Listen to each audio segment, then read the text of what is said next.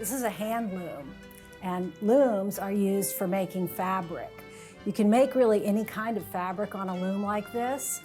Most of the time people made things like rugs, towels like this.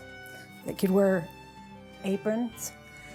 So it's a pretty simple machine, but it does have a lot of moving parts.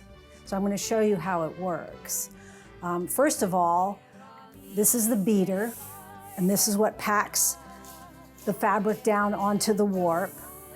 These are the harnesses. This particular loom has 4 of these, and it's got all these little metal parts to it that are called heddles.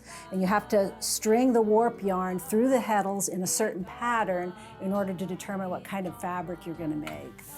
So there's a lot of preparation when you're getting ready to weave. In fact, half the work of weaving fabric is just dressing the loom, putting the warp on, measuring it, and making sure it's not tangled. So once you're finally ready to weave, you've got your warp yarn wrapped on your shuttle. So I'm ready to go there. I'm going to test out my treadles to make sure that the harnesses are going to go up and down the way I want them. Yep, so now I'm ready to go. So the basic principle of weaving is that you're interlacing or wrapping yarn around other yarn in order to make a fabric.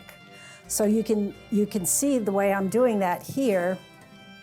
I'm lifting these treadles. I'm going to pass the shuttle through this way, and then I'm going to beat it in. I'm going to change it to the other pattern. I'm going to pass it through the other way. And if I do that over and over and over again, I'm going to end up with fabric. Now you can see why over time people wanted to make this go a lot faster than this. And what they did eventually is they powered these looms with water. So you'd find mills located on streams, and the looms would be powered instead of by somebody with their feet like I'm doing, they would be powered by water. Then eventually, of course, they became the modern mills of today. It takes about 9 people spinning on a spinning wheel to produce enough yarn for one weaver.